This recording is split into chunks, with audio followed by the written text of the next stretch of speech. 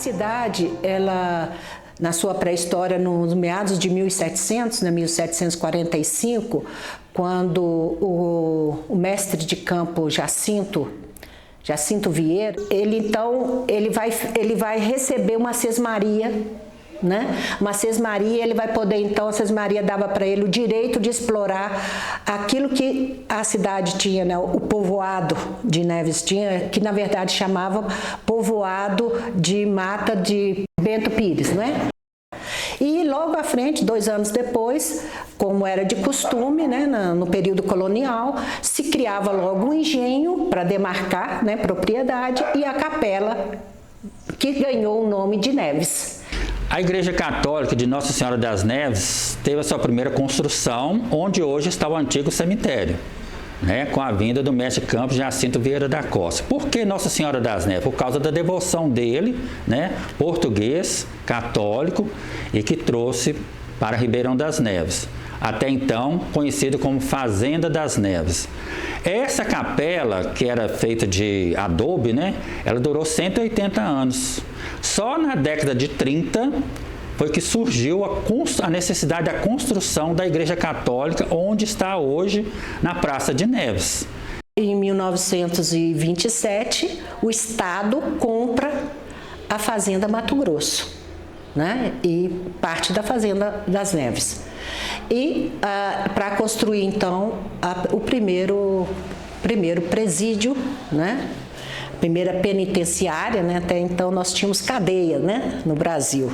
Inclusive, aonde está o lago, dentro do condomínio Vale do Ouro, foi aonde se extraiu as pedras para a construção da penitenciária de Neves, que iniciou a sua construção em 1927, na terreno da Fazenda Mato Grosso, e que só foi inaugurada em 1938 porque o presidente Getúlio Vargas não tinha agenda. E ele falou, não, eu quero inaugurar. Então, só teve a agenda em 1938, da qual ele veio em Ribeirão das Neves. E, segundo o pessoal que participou, inclusive minha avó esteve nessa inauguração, foi a primeira vez que o presidente Getúlio Vargas tinha comido um frango caipira de molho pardo. Fizeram um frango molho pardo para ele, com angu, couve.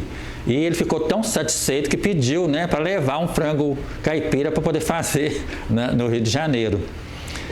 E aí está a penitenciária de Neves hoje, tombada como patrimônio arquitetônico.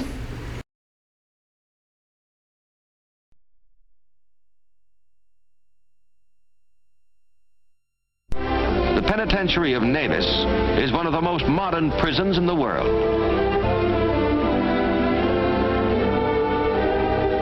To return men to society as useful citizens is the ultimate aim of every prison. Here at the model prison of Neves, by the application of the honor system, by making available to the inmates practical vocational instruction in diversified trades, and by providing them with well-lighted and ventilated quarters, the Mineiros are making good in their efforts to rehabilitate these men and to make them potentially useful to their respective communities. Na expansão ou na metropolização de Belo Horizonte, que se dá na década de 50, 60, se definiu de fora para dentro que Neves não seria um polo industrial, por exemplo. Neves seria o local de receber as prisões. Isso não foi por um acaso, foi intencional. Neves ficou fora do plano de industrialização da região metropolitana. E aqui se constituiu, então, não por acaso, a cidade presídio.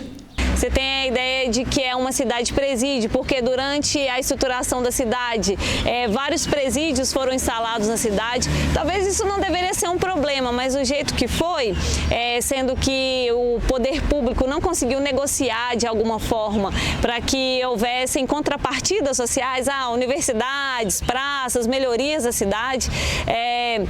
E aí é que virou o lugar da região metropolitana, que é o destino das penitenciárias, é o destino nesse sentido da pobreza. Isso é muito problemático para a gestão metropolitana. E nesse sentido, a gestão pública local deveria se mobilizar mais nesse sentido, para pensar qual é o lugar de Ribeirão das Neves dentro da região metropolitana. Então, para ressignificar isso, dar a possibilidade, né, criar a possibilidade de novos significados dessa identidade, a desativação já seria suficiente para a gente desativar a José Maria Alquimim.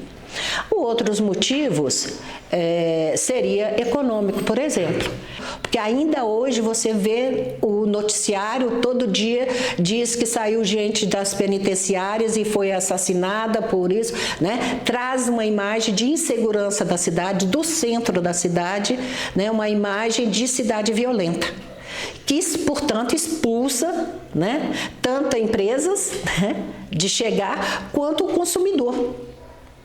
Não é? Então, por esse motivo também de segurança, né, também é um outro motivo de comercialização e econômico, né, e expandir, revitalizar o centro da cidade, já é também um motivo suficiente. E em 1923, teve-se uma equipe de políticos da região para que criasse o distrito e emancipasse esse distrito.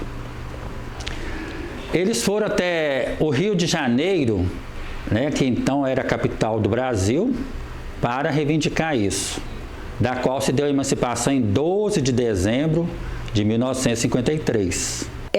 A história de Neves se passa muito por essa fragmentação, essa adesão, ela passou a pertencer, na sua história, a vários municípios. Imagina bem, assim nós nessa época que eu estou te falando com você, nós pertenceu à freguesia de Venda Nova, depois pertenceu à freguesia de Santa Luzia, depois pertenceu Contagem, depois pertenceu Pedro Leopoldo, para depois vir emancipar Vila Neves, né?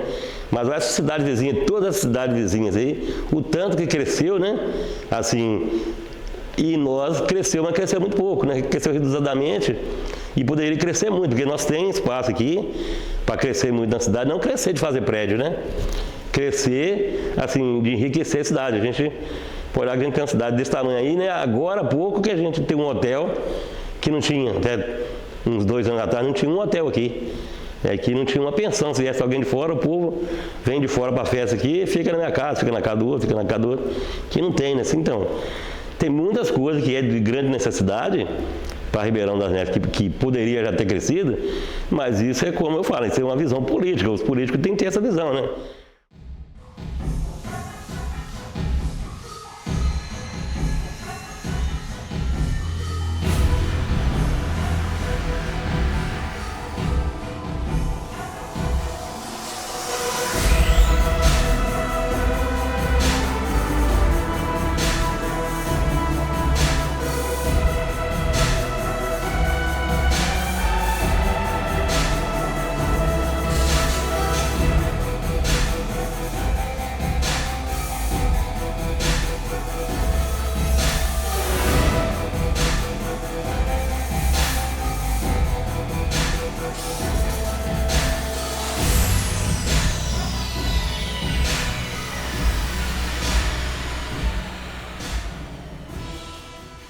E depois dos anos de 1970, início dos 1980, você tem um crescimento muito grande da população, porque principalmente na regional de Justinópolis houve um aumento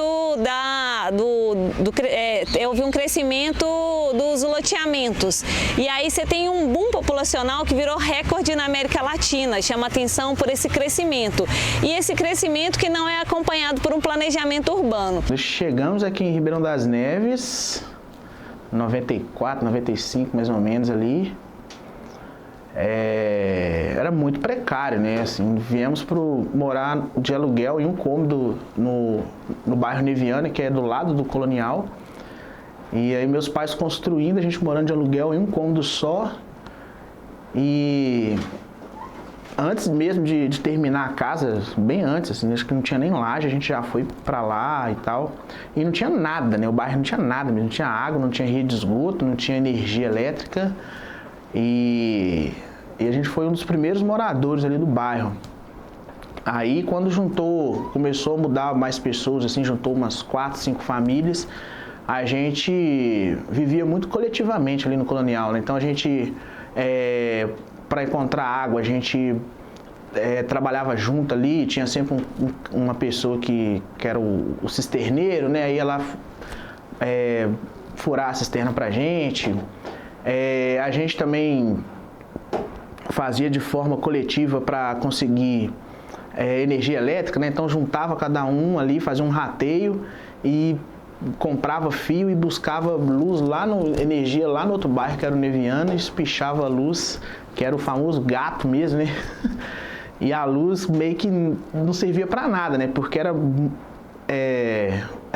dava mais de 1000 metros de fio, né? Mil e poucos metros de fio, então a luz chegava lá muito fraquinha. Então não dava para funcionar uma geladeira, por exemplo.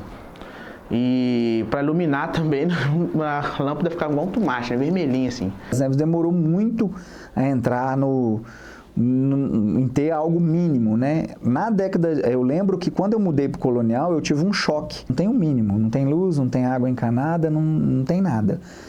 Só o Colonial ele só foi melhorar quando entrou o PAC 1, que aí foi por volta de 2003, 2004, 2005, por ali, não lembro a época exata, mas aí que a gente recebeu, né? Primeiro a luz, depois veio a água encanada, veio o saneamento básico. Era cisterna, era fossa. Curioso, né? A pessoa fazia cisterna, fazia a cisterna do lado da fossa. E demorou um tempo até os serviços básicos de asfalto, de água encanada, de chegar. A luz sempre teve, desde a formação do bairro, luz a gente não tinha problema não.